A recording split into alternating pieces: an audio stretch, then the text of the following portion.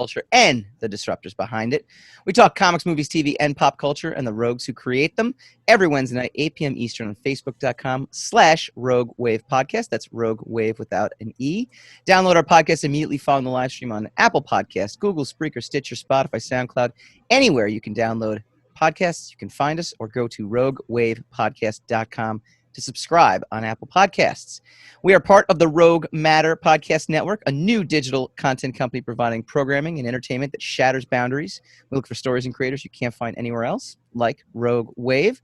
The official launch is coming in October, but for right now, our listeners can get on the ground floor. Go to roguematter.com, enter your email address for exclusive access to our website before anyone else gets to see it. The password will be going out in the next couple weeks before our big launch in October. Join the movement. Go Rogue, roguematter.com. Tonight, Baby Yoda is back. The Boys Season 2 is bloody good. Batman has COVID, and Keanu Reeves pisses off comic book fans everywhere. I'm your host, Michael Dolce, as always, joined by my cohort in crime, Mr. Hassan Godwin. How you doing, sir? Hey. I want to congratulate you. You are a backer of Plan 59 from Outer Space, which just happens to be my backdrop right here. Book coming out through Dren Productions. It's on Kickstarter right now. I made it easy for folks. You can go to SireStudiosInc.com/Kickstarter, and it'll take you right to the page. But thank you, sir. I appreciate the support of the book. It's a project co-written by James Massia, and it's through his company, Dren Productions. So we actually did the script like 5 years ago. So we're pretty excited that it's finally kind of coming to life here. Looking forward to it. Set in the Ed Wood cult classic as the backdrop. 58 plans later, the aliens have finally figured out how to defeat us. How it is? Ooh, got to go to the Kickstarter. See what I did there? That's how you do. That's how you do a tease, my man. That's how you do it. Right. Gotcha. Okay. You seem especially sharp today. I'm as sharp as you are. No, I don't think that's true. I mean, look at me. I don't think I've ever done that open as good. All right, let's dive in. All the rage in the pop culture world. We call this segment Rogue Rage. Batman star Robert Pattinson tests positive for COVID-19, according to Vanity Fair. He's tested positive for the coronavirus while on the set of The Batman, causing the project to be halted for the second time. The Matt Reeves directed movie has been filming for 3 days before Warner Brothers was forced to shut it down. It was announced him and another one of the crew members tested positive. A member of the Batman production has tested positive and is isolating in accordance with established protocols. Filming is temporarily paused. So you figure 10 days, 2 weeks, I guess, and be out of commission. At least all the scenes with him in it, I would imagine, for sure. Recent set photos showed the crew of the Batman testing the Batmobile ahead of filming. Production is currently based in England, I believe. Leavesden in Hertfordshire. I said that like the Swedish chef on Hertfordshire. What is it? Hertfordshire. Hertfordshire? You're much better at that. You're much sharper than me.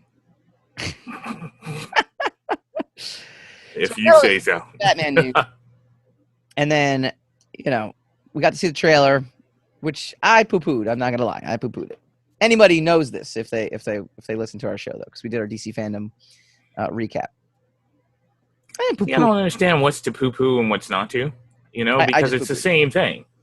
Like if you like the Nolan Batman, then you gotta like what you saw of this Batman. But I mean, if it was completely like opposite that, or something other than that, otherwise Batman, then you can imagine like 90% of the people would dislike that also. I think they should just go on Batman. That's the funny thing. Beyond. I've seen the Nolan Batman, and I love the Nolan Batman. I feel like we need another. I think Nolan Patterson should have been McGinnis, man. I think he should have gone Batman Beyond with this and just take a step away from. Yes. Look at you. Now you are sharp. That would be a great movie to watch. I mean, we saw Into the Spider-Verse, right? I mean, you can introduce different, Spider-Men, and Spider-Women and you could do the same thing with Batman. I think that's actually would be a terrific. Well, they're Terrific planning idea. on doing something like that because that's why Ben Affleck is supposedly also back as Batman. So, this is a much younger Batman. This is like Batman Year 2. That's Patterson's Batman, or Pattinson, however you pronounce that. But I just don't like that guy. You lost. You can pronounce Hertfordshire. I just don't have it in front of me. I don't have a problem with him at all, as a matter of fact. So you're not the one that's trolling him on Twitter, sending him secret messages? My lawyers tell me not to disclose that. I refuse to comment on any accusations. Here's some positive DC news. Oh wait, COVID one was a positive. Different form. What I just did there. Henry Cavill. I'm the one who's not sharp. Okay. I thought that was brilliant. I bet you did. I bet you did. I always do. Henry Cavill fans are demanding his return in a new Superman movie. This is from comicbook.com. The past year had some unexpected surprises for DC movie fans, establishing a live-action multiverse to the confirmation of the Snyder Cut.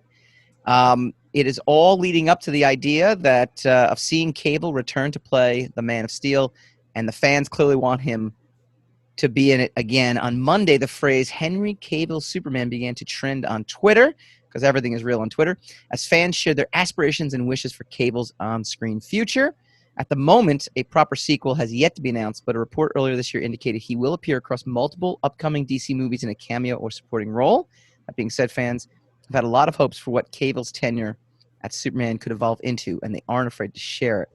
As we know, social media is 100% accurate of what people actually want to see on screen and are not at all upset about.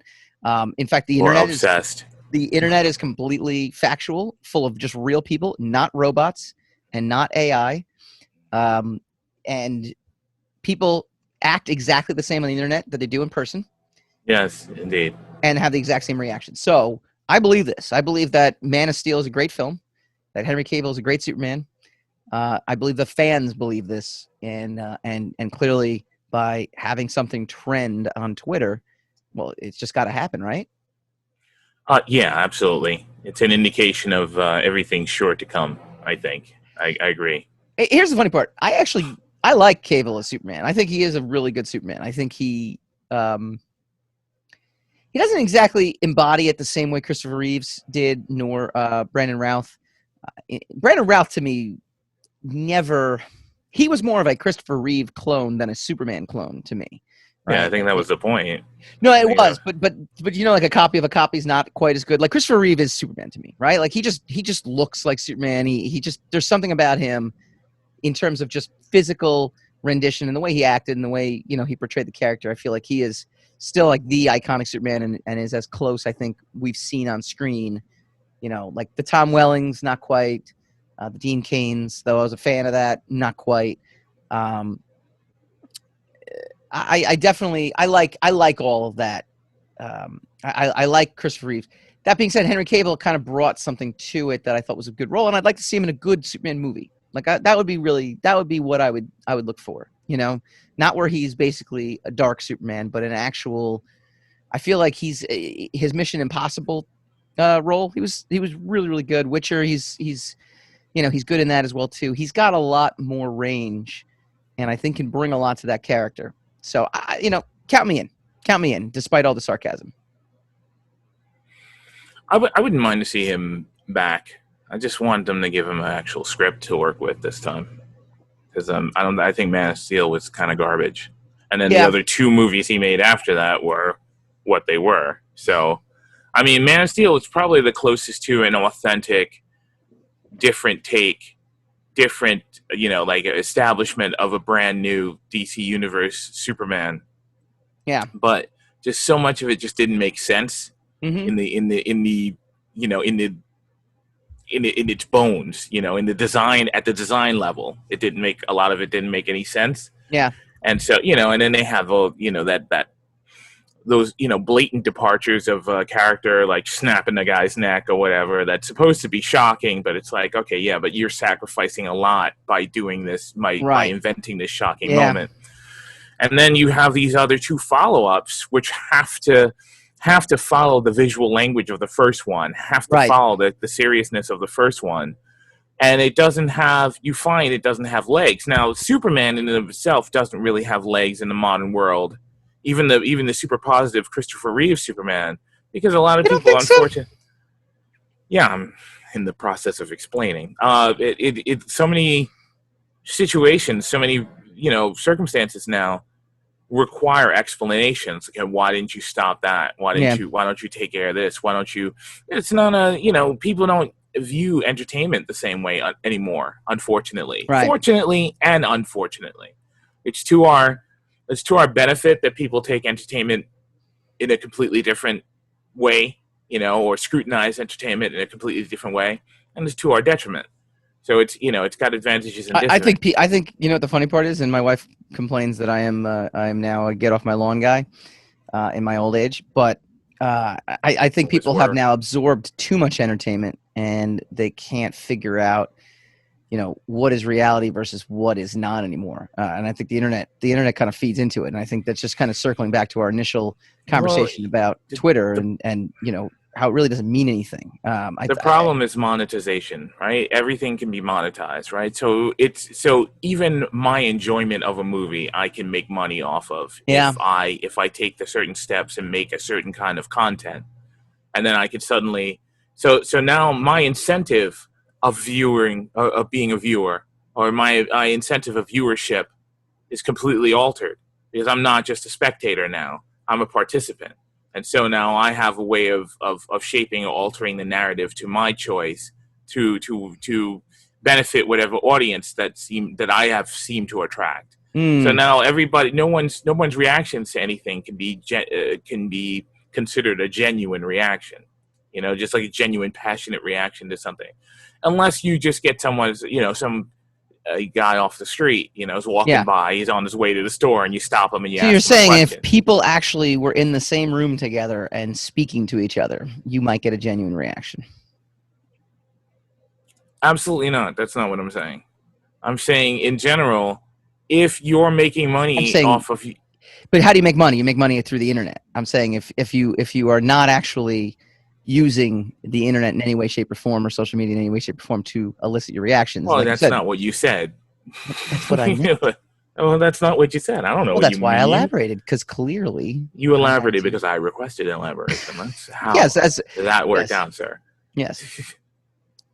Sure. Without social media, without YouTube, and without Twitter, and without things would be slightly better. We'd be discussing things as they are, and not as they are defined through means of these of these forms of communications, these newer forms of communication.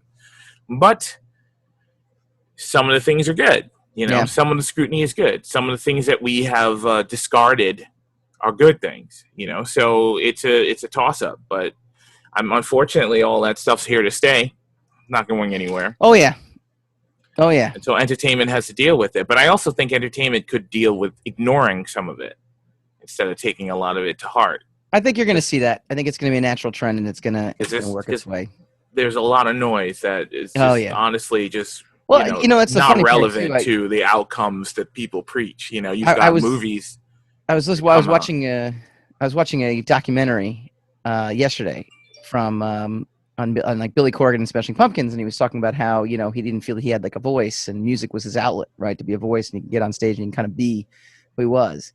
And for some reason when I listened to that, it triggered, and I said, that's the problem when everyone has a voice is it just turns into noise. So you even kind of said it, like there's a lot of noise.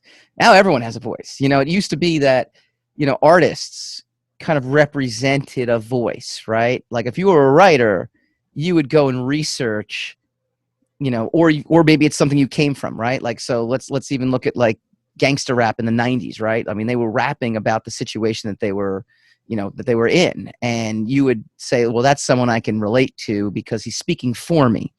But now everyone literally has a voice. Everyone can literally just go on, and everyone can hear exactly what there's no nuance to it, and it's very like cold and clinical, but you can literally post your views, everywhere. And now it's just become noise to me. A thought I had last night. It's very deep. It's a very deep thought. Sounds By it. Jack Handy. Yes. Remember that? Yes. I'm dating SNL. myself, but that's okay. Yeah. Well, you're the only one who would date you. So, I mean. That's not 100% false. Let's do some positive news for a second here. Oh, see, when I can get a cackle out of you, I know I've done it. It was not a cackle, sir. You do not understand the that was a kind of a guffaw. It was not a guffaw. No, I wouldn't even. It was a sort of a merry scoff. That's what it was. I like that. All right, let's talk about some positives. Two positives. Oh man, and, are you sure? You sure you want to risk the audience by saying something positive about anything? Yeah, I think we can do it. Okay, you know what? I'll placate to the obvious. This is like the obvious candy, right? Baby Yoda is returning. We mentioned it briefly last week, but now Entertainment Weekly has released second season images. So they've unveiled the first images from the next chapter, which is coming in October, which is great. October 30th is when the premiere happens. So Baby Yoda is definitely in it. The images feature Pedro Pascal as Din Djarin.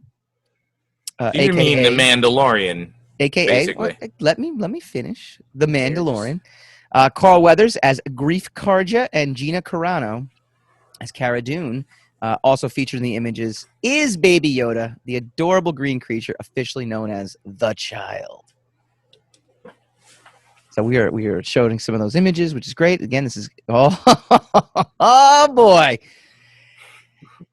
I think Baby Yoda will cure all of our ills. I really do. I think you even look happier. For any of our podcast listeners, Hassan actually went off camera, found his Baby Yoda that he purchased, which he does not have children, by the way. This is his child, and is holding and hugging it right now, and pointing. Waved at you. Yes, and he's doing the force wave at me. He's up on my wall next to Baby Groot. They're hanging out. They're having a baby version of favorite character powwow. That's the way to do it, though. If you're going to do it, that's the way to do it. This is Baby awesome, Groot by the way. And Baby Yoda. But Baby Yoda is yes, we love Baby Yoda. He is. He's so gosh darn cute. I mean, who knew, right? All this time, George Lucas was trying to appeal to kids. Should just had Yoda be a baby. Would have been easier. Okay. And or better. So we will, as we did last year as well, especially because content is a rarity. We will do our week by week review of Mandalorian starting October 30th ish, probably November. A couple days after. We're lucky. If it's a Friday, October 30th, I'm assuming that's a Friday. We'll look at it week to week. So stay tuned. Pretty excited about that. All right, second and last bit of positivity, and this will wrap our segment. I thought this was actually really interesting. The Umbrella Academy tops the Nielsen's weekly Netflix ratings. Okay, and Nielsen has published its season first. Season 2 is a superior creature to the season 1. Let's talk into that a second. But ready for this? This is the first weekly top 10 shows on streaming list that Nielsen has ever done. So that's first of all. So all this time now, the first time they're actually releasing those numbers. Yeah, no, but it's done in minutes viewed. So that's how they're tabulating. Which is kind of false and BS. You think so? Because it doesn't count. A minute's view doesn't count as a view. Like the Nielsen ratings are people who tuned in to the show. Yeah, but the tuning into a show means you had to actually be there and you had to actually tune into the show, Although I guess they do playbacks as well too. I do know. No, but I'm saying that when you've actually tuned into the show, it means you're sitting down and watching. But it doesn't. Okay, but here's how it doesn't matter, because if it's minutes viewed, it depends on how many minutes. Because if you're just scrolling Netflix, various shows will play on their own while you're scrolling. So that doesn't. If that counts as a view, then that's not a genuine, accurate.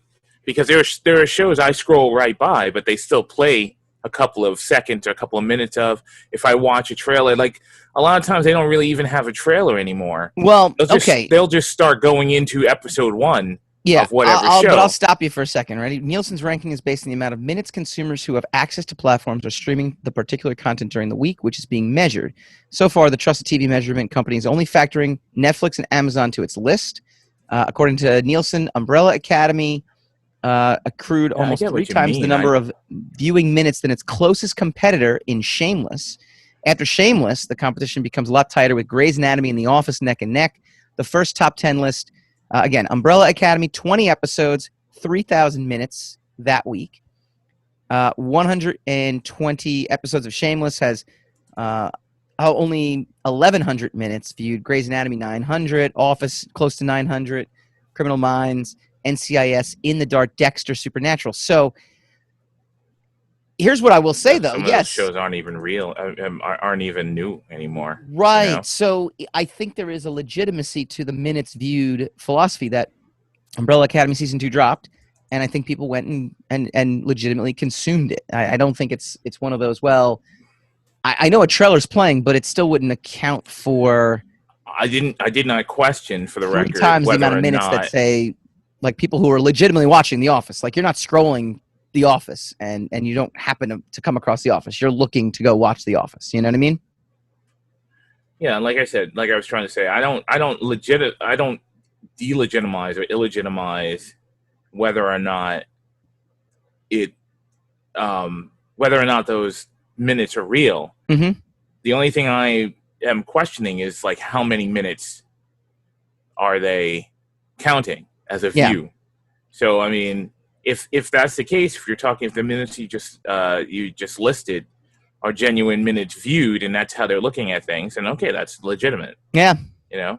Yeah. But it's just funny because there's not a single other show that's on here from that week. Again, this is the week of August 3rd to August 9th. That's an original series. So it's very fascinating. I would have loved to have seen what, like, Warrior Nun, what they were doing. I think that would have been a cool barometer. But we'll see. This is the first time we get to see, like, legit, at least an outside company giving you, like, legit numbers on something. Yeah, I think they have to. They can't really claim it's competitive if they're not giving out anybody's numbers, you know? Yeah. You can't say that Netflix is the number one streamer. Yeah. In the world, if we're talking about worldwide. You can't say it's service worldwide if we don't have any metrics on exactly, how many people are watching or what they're watching or whatever.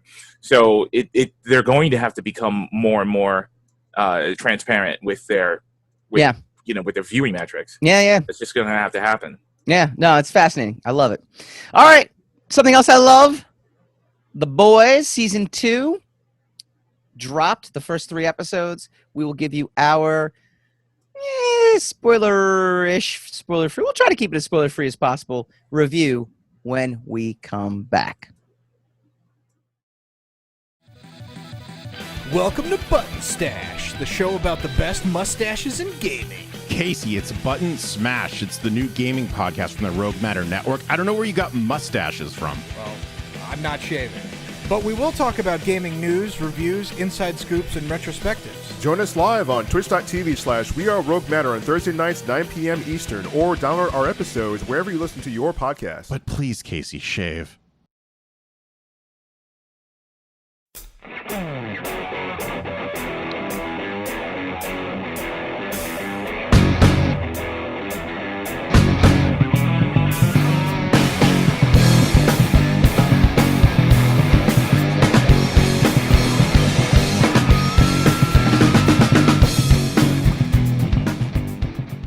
Welcome back to the Rogue Wave podcast, talking comics, movies, TV, and pop culture every Wednesday night, 8 p.m. Eastern on Facebook.com/Rogue Wave Podcast. We are the flagship podcast of the Rogue Matter Podcast Network. You can check out other awesome podcasts like Button Smash, which is our video game podcast, streaming live every Thursday at 9 p.m. on twitch.tv/WeAreRogueMatter.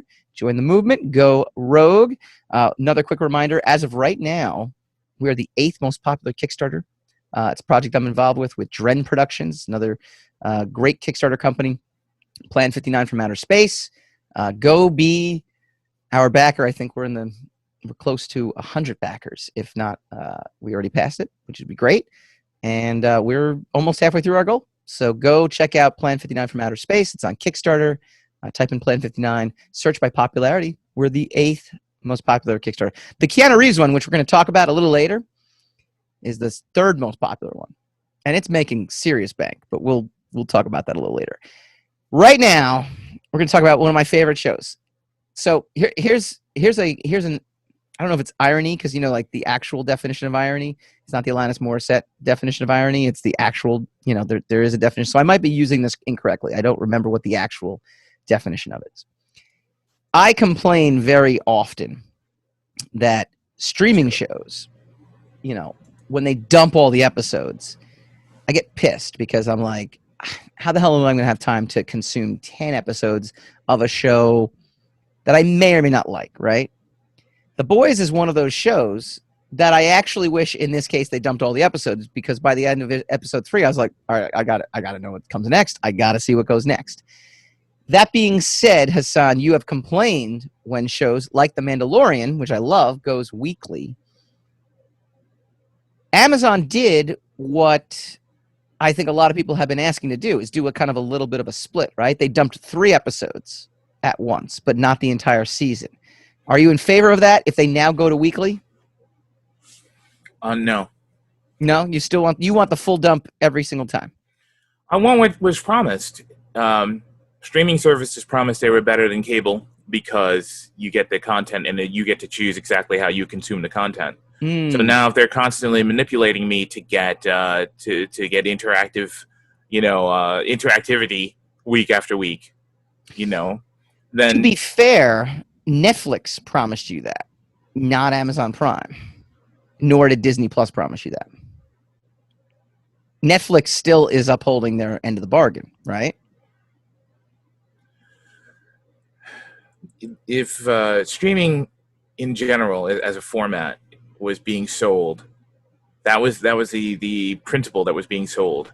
These other streaming platforms, let's face it, are poised or desirous of unseating Netflix as a platform. Sure. Meaning that their product has to deem itself better than Netflix, which means they have to give you what Netflix has promised you and more. Not necessarily. They just have to give it to you in a different way, right? I mean, in fact, because Netflix... No, they are giving it to you as a different way, but if you're talking about in the context of what is being promised, those other streaming services didn't promise anything other than they're better than Netflix. Yeah. Which means that they have to promise what Netflix has promised and more. They have to be better by releasing maybe only 3 episodes at a time. Well, it's not doing them. That might be better. It's not doing them a lot of good because there's a lot of backlash to The Boys for only, and the ratings are down because people are waiting for the entire season to drop before they start watching it. Which Where do you see anything about ratings, though? Well, interaction. Their interactivity is down. I follow Twitter. Oh, well, because everything on Twitter is... I follow Twitter, and then I follow I follow our fellow pundits. So far, the rating is 97% on Rotten Tomatoes. If we're going by user... That's not the ratings. That's just saying it's 97% fresh. Okay. I will say yes on comicbook.com and Screen Rant, The Boys Season 2 getting review bombed over Amazon's release schedule. So I'll go with that. Maybe that's what I'm talking about. You're talking about the press. So the press is Well, I didn't say that. I didn't mention Rotten Tomatoes. You're the one who brought in Rotten Tomatoes, right? You looked at one thing and told me I was wrong, and then you found 2 other sources that just told you I was correct. Well, I'll find some sauces, man. Don't you get me right? Don't you get me started on sauces. I'm so sick of this show. I really am. Anyway, just go on with your spiel, and I'll just smile and nod. Well, I am a huge fan. If you honestly don't want to have a discussion about what we were talking about, you just want to be jokey, then go ahead. It's very easy when you talk to me about sauces. I mean, look, I can only react to what you give me. Man, as many times as you, excuse my language, fuck up an enunciation of anything, you do not need to be on my case about anything about that. So on Screen Rant, and through the power of the internet, I brought the article up. There's a very vocal group of people devoted to the idea that staggered episodes are terrible. However, past precedent has shown the weekly release format can actually bring a show more long-lasting success. This was the case with Disney Plus's The Mandalorian last fall, which released one episode per week and still managed to gain massive popularity on social media for several months. Compare this to something like Netflix's The Umbrella Academy, which was released in the binge format and was the center of media attention for only a few weeks. Given these examples, it seems... Well, but that's not the case with the current season of The Umbrella Academy, which is still getting accolades, as you mentioned at the beginning. That was the ratings for when it was released in August. So essentially, you get less play with the binge format. You get I understand why. If you're lucky, you get 3 weeks of play with it. And look, even Screen Rant says, given these examples, it seems that the concerns of angry Amazon reviewers are mostly unfounded. Their new release format for The Boys will likely actually increase the show's longevity, making it even more successful. It's also important to remember these one-star reviews don't come from people who hate the series. Yeah. These are fans who are so ridiculously excited to watch the show that they became upset when they learned they had to wait for more. What this means is that people really genuinely love The Boys, which is, in a strange way, the best news this show could receive. That's a spin you can put on it. That's an op-ed. That is not, that is not a representation of the genuine metrics of it, right? We don't know exactly how that's going to affect long-term interaction on anything. That is just speculatory. The bottom line is it is getting review bombed because they altered the format of its release. Mm-hmm. Because the original Boys, and we're only talking 8 episodes. So one Amazon reviewer called it garbage. Another flat out says their 1-star rating is only for the staggered release. Appointment television in this day and age is both gauche. I know I'm not pronouncing that right. Gauche. I don't think that's right either. And a tad thirsty, and I'm not nearly enough invested in this show to bother to come back every week. Have fun regressing. Maybe I'll remember this series exists when the marketing push for season 3 hits peak frenzy. Luckily enough for Mr. Zero, Amazon has already ordered a third series. It's the third season, so that's going to be back again. And yes, this does not actually editorialize anything. It literally just puts, but that can be very misleading too, right? It's just people going on and leaving bad reviews. And they're saying, hey, look, people are leaving bad reviews. So they don't give an explanation as to why or what. They're just all I said was that it was getting review bombed, right? It was getting lowered ratings because people are upset that the format is different. So now if you want to speculate exactly whether that means it's a good thing or it's a bad thing, that's up to you. Now look at this. Gauche? This is how it was spelled? Gauche? Yeah. That's gauche. You're welcome. I don't like that. Too bourgeoisie. You don't like pseudo French English. Okay, that's fine. Now, according to a Forbes article, though, the season 2 arrives with ratings tied with Netflix and Amazon's best. It's finally arrived to stellar critic reviews and eager audiences ready to consume the first 3 episodes, with the rest being staggered out in the next couple months, so the conversation can keep going as opposed to binge watching. Months. Well, that's what this article says. I don't know. Yeah, well, technically it'll span September and October. That's a couple. It's very true. Hell, Amazon... Well, if it's only 8 episodes, it's only got 5 more weeks, so it's 1 week in October. And look, Amazon is even doing an after show week to week like it's Game of Thrones or Walking Dead, and for good reason, too. Amazon has found something that it desperately wants, a streaming mega hit that critics and audiences alike both enjoy, and something that acts as a true draw to the service. These are opinion editorials on top of in which case they're speculating exactly that this is in spite of what the fans are saying, or in spite of what the interaction is happening. Yeah, but you can, the fans can go in and just, look, we've seen this before with movies. No, right? see, this is, but the actual bull of that is because it depends on what the product is as to whether or not they take the fans seriously or not. So this is the IMDb so they're ratings. So they're he's actually using IMDb ratings for this. So hang on. He's using here are the most of the top original shows on Amazon and Netflix according to their IMDb ratings. And it is an 8.7 just underneath Black Mirror, Narcos, Stranger Things, and When They See Us. And it's ahead of Cobra Kai, House of Cards, The Marvelous Mrs. Maisel.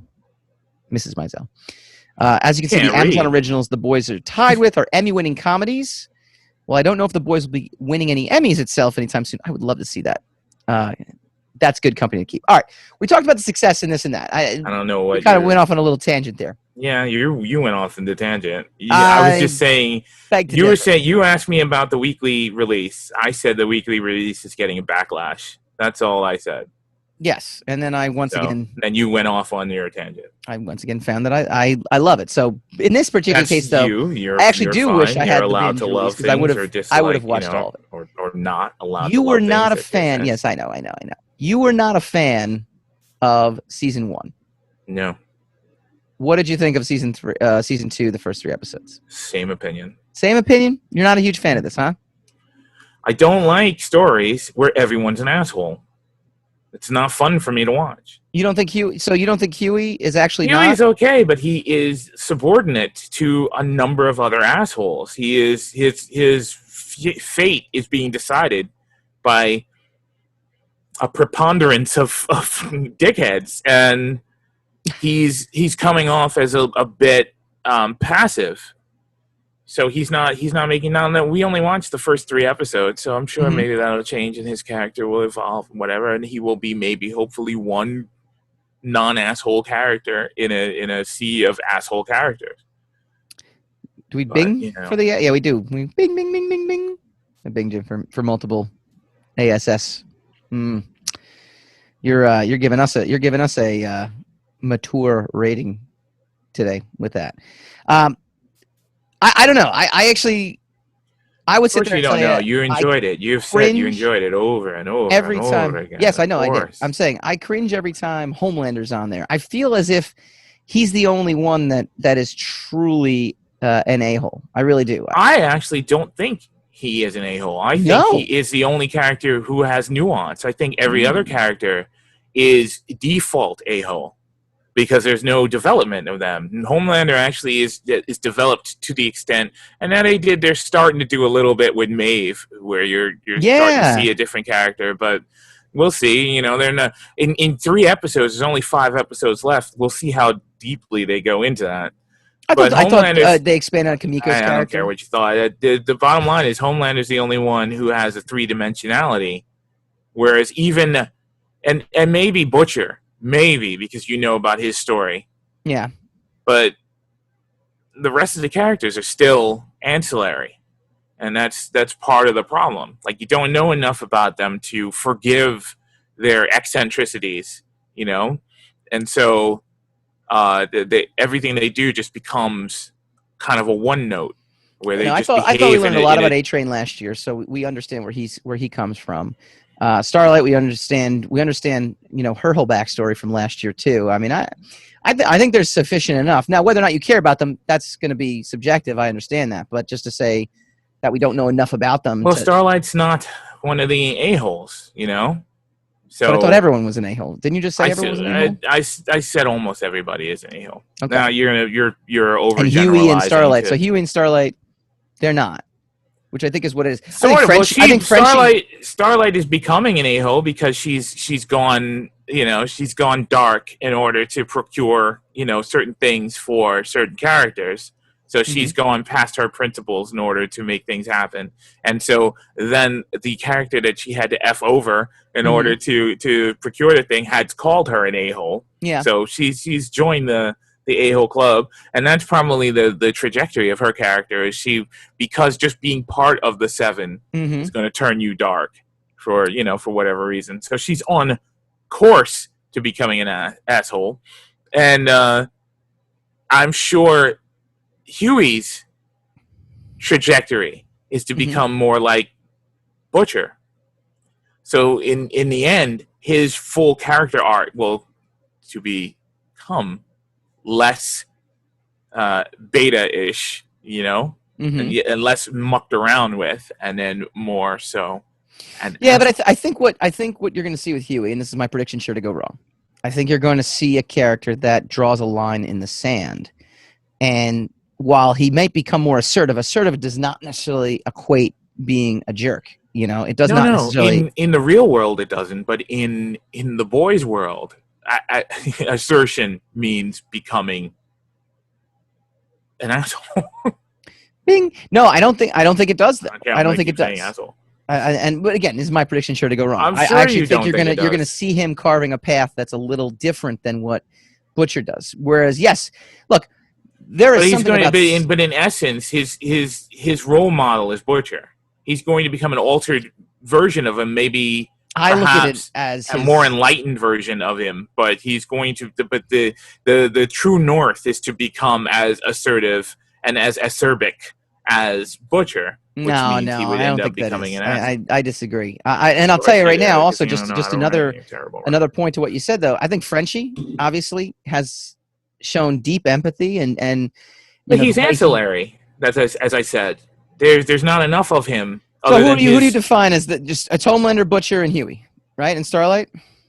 Not really even Starlight, but more Starlight as she comes to the forefront. Because there's, Well, she was a major but all the other one. She was supposed to be our entry point into the 7. Yeah, but she's not. She's our entry point into the 7, but she's not she wasn't one of the main characters until she hooked up with Huey, and then came further out of her shell, and then becoming more so a 3-dimensional character. Mm-hmm. What do we think of Stormfront? I think she's an asshole. So funny enough, I read this article, which was very poorly written, so I'm not going to quote it. But then why use it as a source? Well, that was just interesting to talk about how the difference between Stormfront in the show and Stormfront in the comics. Stormfront in the comics is, first of all, it's a man, similar powers, but in the comics apparently does not have any kind of relationship with Homelander. Apparently, they don't even share any scenes together. I'm very curious now. This is one of those shows. Actually, I'll admit I'm a sucker for all of these shows. When I get into them, to want to go back and read the comics now. I got the Doom Patrol omnibus after watching Doom Patrol. I've got I'm going to order the Umbrella Academy, the trades of that. I'd like to see where things kind of went different. I finally got through on my vacation. It was my vacation. Season 9 of Walking Dead. So now I'm kind of lined up where I am in the comics as well. I don't like to go too far ahead in the comics necessarily to where we are in the show, because I want to kind of see. I want to be surprised, especially when my entry point is the show versus the comic. But I'm very curious to see what the boys comic was, and it's Garth Ennis, so God knows God knows the difference. But apparently season 1 of the boys is very straight line-ish in terms of what the comic book is, and I'm curious where they're going to deviate with Stormfront, aside from the gender and aside. I mean, she kind of hints at it at the end of episode 3. I mean, you basically kind of get a hint of where she's going with it, to coin you the a-hole. But apparently she's even more, or he in the comic is even downright much more what we're seeing at the end of episode 3 than what we've seen so far. And obviously, when the boys came out, social media wasn't as huge a role. She's social media, she's social media savvy. Her character, I actually didn't like where they went with her, but I do like the fact that Homelander is, as opposed to Homelander kind of like seeing someone who's like him and being like, well, this is great, I have someone now that's like me. He's the alpha male. He's like he only wants to be he it's like Homelander and no one else. An asshole. Yeah. Yeah, no, he can't stand. So I like that. I like that they did something a little bit different with that. I'm also curious to know who's stronger. Now all of a sudden I've got these like 12-year-old comic book duels in my head. When you say like Hulk versus Thing, who would win that? And Wolverine versus Hulk, who would win that? Or Superman versus Hulk, who's going to win that? Or Superman versus the Thing, or Thor versus Superman. You kind of pit your I'm actually curious because Stormfront got thrown through brick walls and was fine. So she obviously has some sort of she's very. The only thing I can think of that's kind of different is between her and Homelander is he's got the X-ray eyes or the eye beams, and she's got lightning, I guess, right? I mean, if they're essentially the same character power wise, be interesting to see who ends up winning that fight. You don't care. Well, I don't not care, but sure, I guess. Well, it would be interesting if the writing were different. I disagree, man. I think of course you do. I think it's solid, you didn't, man. But you're asking me. So when you ask me, I give you my answer. Of course you disagree. And I'm just telling you, I disagree. So then stop asking me. I enjoyed what they did with the Deep, because otherwise I didn't understand what he was doing there until season 3, which was a whale of a good time. See what I did there? Yeah. I thought that was pretty laugh out loud funny. It was as funny as the dolphin scene in season 1. Look, man, I'm not a fan of the show. I don't know what you want me to tell you. I find it interesting. I find it interesting, but it's kind of like Bryan Singer's original X-Men. It's interesting on that level. It's interesting because it's absurd, and it's kind of these are cartoon characters with a more gritty stint on it, which is supposedly what everybody's upset about Zack Snyder for doing to the Justice League. But this is just a darker Justice League, But darker. Look, it is a darker Justice League, but it's the same thing. It's a darker, more like dysfunctional Justice League kind of situation. And so the constant reiteration of how effed these people are in the head, and that these people are very troubled, is the selling point of the story. It is, which is fine if you're into that. But I'm not particularly into that. So the reason it works for the boys and doesn't work for what Zack Snyder does is you're not actually taking Superman and making him a psychopath. It's arguable whether it works or not. I mean, look, it's not. It's fine. That's fine. I'm just letting you know in general. It's like that's the selling point of it. No, I know. I'm just saying the reason that people don't have a problem with the boys versus some people do. But I mean, like that's all well and good.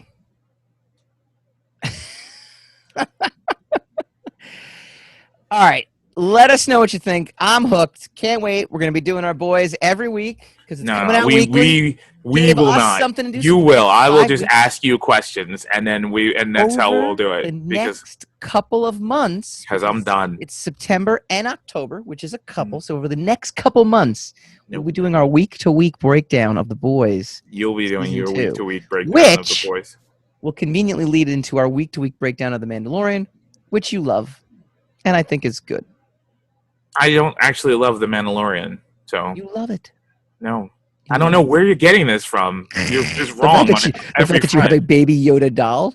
I like Baby Yoda. That doesn't mean I love The Mandalorian. I got my issues with it. Take that back. I was very vocal. You love Baby Yoda. Don't you you love Baby Yoda. He is your surrogate child. All right. Let us know what you think. Comment in the comment field. When we come back, we go spinning the racks. Boom Studios under fire. And I'm going to tell you why that's crazy when we come back. With a cape. No, anything. Yeah. Cape is always crazy. Cape is always crazy. Look, there are clowns walking the streets right now. Right now. There is no one dressed in a cape. Rogue Wave Podcast, the frequency for all things pop culture and the disruptors behind it. Streaming every Wednesday night, 8 p.m. Eastern on Facebook.com/Rogue Wave Podcast, and available immediately following the live stream wherever major podcasts can be found.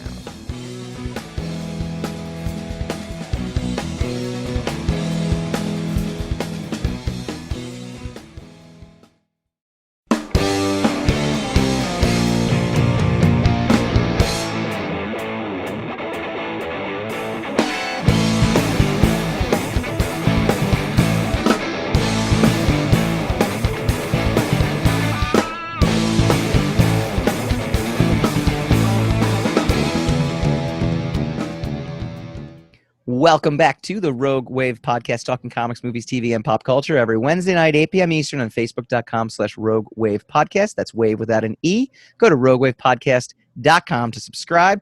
We are big fanboys of comics and graphic novels, and every week we like to bring you, went too fast there, the inside info and the source material that will make its way onto the large and small screen. We call this segment Spinning the Racks. Spin the rack, spin that rack. Kickstarter campaign for Keanu Reeves' BRZRKR. Under fire from industry professionals and possibly some fans too. The recent announcement of a Kickstarter campaign for Boom Studios and actor Keanu Reeves' new comic book series BRZRKR has sparked an outcry among some comic book professionals. They believe the use of a crowdfunding platform is both detrimental to the health of the industry and insulting to creators. Described as a brutally violent new series about one immortal warrior's fight through the ages, Boom Studios and Reeves announced the Kickstarter for BRZRKR, the first comic book and graphic novel series from the iconic Keanu Reeves, on September 1st. It immediately, as of today, the Kickstarter has raised hundreds of thousands of dollars, greatly surpassing. Actually, I can bring it up on my screen here. Because I don't want to quote the article, because the article was written much earlier in the week. Let's see if I can just type that in, and we'll get the actual funds. Whatever.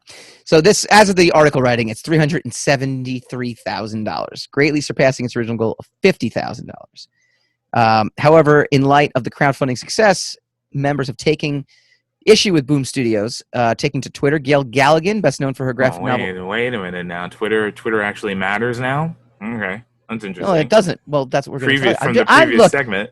I am merely telling you what it is. Oh, you're only reporting. I'm only reporting the news. I don't actually. Well, I'm going to tell you why they're absolutely crazy. Gail Galligan, best known for her adaptations of the Babysitters Club's books, found herself absolutely cackling at the idea of a major comic book publisher, which just deals with Netflix and Universal, hopping onto Kickstarter to fund their Keanu Reeves written comic book. Giant Days inker Liz Fleming said she was so furious as she claimed Boom Studios only paid her a rate of $20 per inked page during her run on the series, and now they don't even want to pay for their own publication. So I guess she was the inker. No, Giant Days, which we've never heard of. $20 a page. 4 years spent. This is her on That's Twitter. Her fault for taking that job. I agree with you. Spent doing everything you can imagine under the sun comics-wise for that company, making and now they don't even want to pay for their own publications. The calculation. They probably don't have the money to pay for their own publication, which is why they've done it. I'll actually tell you. I'll take it a completely different spin in a second. This is Katie Farina. She is the, she's just talking about using a platform to kickstart. I don't know about y'all, but I would really like an answer here. How is using a platform meant for people to kickstart projects they can't afford? Okay, for a company who admits they don't need the money. I can only assume it's to pay their artists living wages in the future. And she goes into bringing in diverse creators, et cetera, et cetera. I'm just so heartbroken by my experience in the comics industry, and that is 100% because of Boom. This is Ryan Sieg. I'm extremely lucky I managed to jump ship into animation. Otherwise, I might be trapped in a tenement, cranking out 22 pages in 2 weeks for maybe $1,000. In an interview with comicbook.com, though, the founder and CEO Ross Ritchie claimed the point of Kickstarter was not to raise funds, as the publisher has got the money for it, but rather take advantage of an untapped audience it can reach. And this is exactly my point. The thing with Kickstarter is it's one click. People have heard of it, so I don't have to teach you about it. It's one click. The 3 volumes as a complete story as a way to prevent reader drop-off. Why would you and why you'd want to do that with a newbie is people sell a movie to you, and it's the whole thing. You don't have to go halfway through. They don't have to stop it, and they don't have to go home, go to the box office and pay another ticket to get the rest. With the use of Kickstarter, Ritchie notes that readers would be given the ability to click once, and they can set it, forget it, and it just comes to my door. I did my first Kickstarter in 2014. And even that, the platform had been around for a year or two. Frequent guest of the show, Darren Sanchez, and I mean, we used to huddle around and think of new ideas for new comic book projects, and I brought it up to him. This is maybe 2012, 2013. And I'm like, what do you think about doing Kickstarter? And he's like, well, I don't want to ask my friends and family for money. I don't need the money necessarily. However, what Kickstarter has become is probably the number 2 distribution platform for new comics that we have. And the number 1 distribution platform for new comics is actually digital and graphic novels in bookstores. Legit actual graphic novels. The comic book retailer, as we know it, while I love my comic book shop and I support my comic book shop, I support 2 local comic book shops, in fact, I tend to say, as an indie creator myself, right, I can give you a book that normally would not see the light of day in a gigantic distribution platform. As a major publisher, you can offer things to fans of your book and make money. You can actually make money. The problem with making comic books is there's no money in it. So to be actually able to put this out there in a way that will actually leave you in the black as opposed to the red when all is said and done, I don't think there's anything wrong with that. And to your point, if you're gonna accept a job for $20 a page, don't complain about it later. You could easily have just said no, right? I mean, well, what exactly is the complaint about Keanu Reeves? And using Keanu Reeves, like using a celebrity or whatever to do a Kickstarter. What's the genuine just using complaint? a Kickstarter. It's just using. You said there was Kickstarter. Industry complaints. This is one particular. These are the grievances coming from just other individuals in that company. Yeah, right? The conversation itself, in Twitter and Facebook, was why would they do this? And again, this is why I'm agreeing with you 100%. And this goes back to our original point. That conversation is obviously not right because the Kickstarter has been funded 200% more. It's not right, or it's right. It's as right as whoever is listening to it makes it. It right. doesn't necessarily.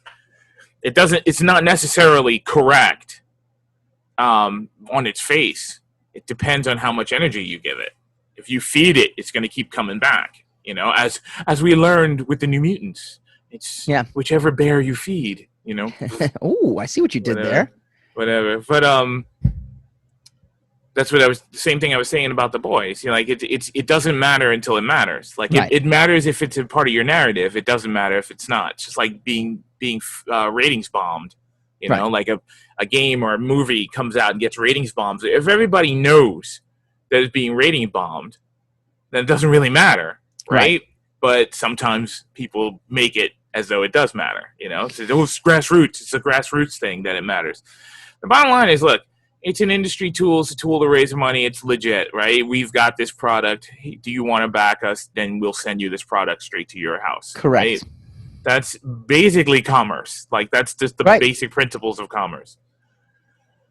It may be unfair that they have a celebrity to do it. Keanu Reeves is definitely what got them over $300,000 and counting, right? And then of course they might. And then there's unscrupulous behavior. Ron Garney is the penciler on it too. He's awesome. There's tends to be unscrupulous behavior to it because they'll come back again 6 months later with the same product with a different cover on it or something like that and sell it to the same people again and make another 300,000 or whatever. And so now suddenly this individual story, this individual product is raised $600,000, right? Yeah. And most of it, 90% of it, is profit because it doesn't cost that much to do a comic book. Even though nobody wants to acknowledge that. All the costs in comics are now the distribution. And now, because of micro printers and, various other, forms of fulfillment, you can actually do that at a cheaper cost as well. Those are secondary industries that are rising up due to, the growing level of independence that comic books are taking on, that people are taking on their own comic books. And the thing is, if you're a Marvel Comics and Marvel takes out a license with, say, with Hasbro and does G.I. Joe, right? Or to take out a license with movies, and they do, they do. DC took out a license with Star Trek. And they did a Star Trek comic book. They did it was through Paramount. I don't know, either CBS or Paramount, whoever owned it at the time back in the 80s. And they did a Star Trek comic book, and they still do Star Trek comics. Dark Horse took out a license with Lucasfilm at the time, very famously, and for over a decade they did Star Wars comic books. an independent person couldn't come along and have a license with Lucasfilm and start doing their own Star Wars comic books. So I mean, there's always been an unfair advantage of these juggernaut industries being able to license various pieces of product, be able to get indoors that normal people couldn't get into, to make deals with the higher end entertainment figures, and then boost their own sales by licensing out these products. Yeah. There's always been that. So I mean, for a company to be able to make a deal with Keanu Reeves and then do a Kickstarter, that's as fair as say a comic book company hiring Joss Whedon to do a run on X-Men. That's just as fair. Yeah, and here's the funny thing too. So Rogue Matter, the company we're a part of, I mean, we're discussing all these things all the time. And our plan is to do this kind of crowdfunding stuff in the future, but to benefit the artists and benefit the rogues. This company is just looking to profit, but at least I'm on their page right now. Their initial offer is $50, but you get all 3 graphic novels. Like, you literally get 3 graphic novels. I don't, and it says graphic novel. It does not say, it's 128 pages. So you're getting 384 pages for $50.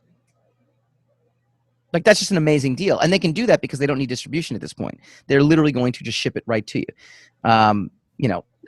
They have more than enough backers in the thousands, according to this article, to put a legitimate print run behind this as well too. So yes, you can go into Diamond and then go sell it. People do that, by the way. I mean, it's not unheard of. It's not unheard of to then to get the project kickstarted. You have 500 backers. You do a print run of 2,000. And then you put it in Diamond, and you end up making money afterwards. It's up to anybody else whether that's a deal or not, or whether they want the product or not. If they want the product, if they want what they see, and they think the price is right, then that's up to them what they pay for it. Mm-hmm. The bottom line is I'm talking about is not necessarily what you get for your dollar. It's just whether or not it's fair for them to be using the platform to be able to market their product. And I don't see why it's unfair. I don't see anything. I don't see a disadvantage that they're using. And it doesn't mean, especially the way Kickstarter is, the Kickstarter app, you can just scroll.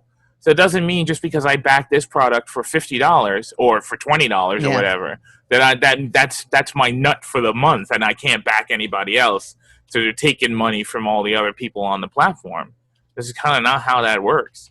Yeah. No, it is. It's a little, I get that artists are pissed that they don't get paid more, but it's not as if they were on this book and didn't get paid more. You know what I mean? That's the thing. And I do understand. Project. I do understand if independents have been using Kickstarter all these years to compete with the industries, and now industry giants are starting to use Kickstarter, which means that they will drown out the little guy. Right. But that's just the nature of business. They will drown out the little guy. So you're going to have to up your game on the quality. So you're correct. Now the thing about digital is that you can do that. It levels the playing field quite a bit. You could do some amazing things digitally that and it's just art to anybody else. Yeah. So you can compete on a visual level. Yeah. So we'll see. We'll see how that all works itself out. Speaking of Kickstarter, Plan 59, go get it. There's only another, 18, 19 days or so left in the... Run, don't walk. What's that? I said run, don't walk. That's right. You only got 19 days. Run. That's right. You got to hurry. You got to get it while it's hot. We've got some awesome exclusives being announced tomorrow and Friday. Some sketch cover stuff, some foil cover stuff. We got really cool things. 6 amazing covers. Go check it out. Again, it's from Dren Productions. It's a project I was involved with, and we're finally getting it off the ground. We're using Kickstarter the way it was meant to be used. Where did the name Dren come from? It's nerd spelled backwards. Didn't you know that? I did know that, but it also means something else in another does it really? genre. Yeah. No, I don't know. Okay. Look, this is a collaboration, but it's a Dren. The initiated know what Dren means. Okay. So we'll just leave it at that. We'll leave it at that. Next week, aside from our boys' episode 4 review, we will be reviewing Tenet, Christopher Nolan's. Doing very well, by the way. movie. That's another, again, that's a matter of perspective. Yeah, in this pandemic time, if you compare it to New Mutants, it's doing pretty darn good. It is, even in this time, a matter of perspective how well it is doing. Yeah. It's a matter of debate. We will review the film from a Batman alum and give you our take, our Boy Season 2, and whatever else comes down the pipeline. We will see you guys next week.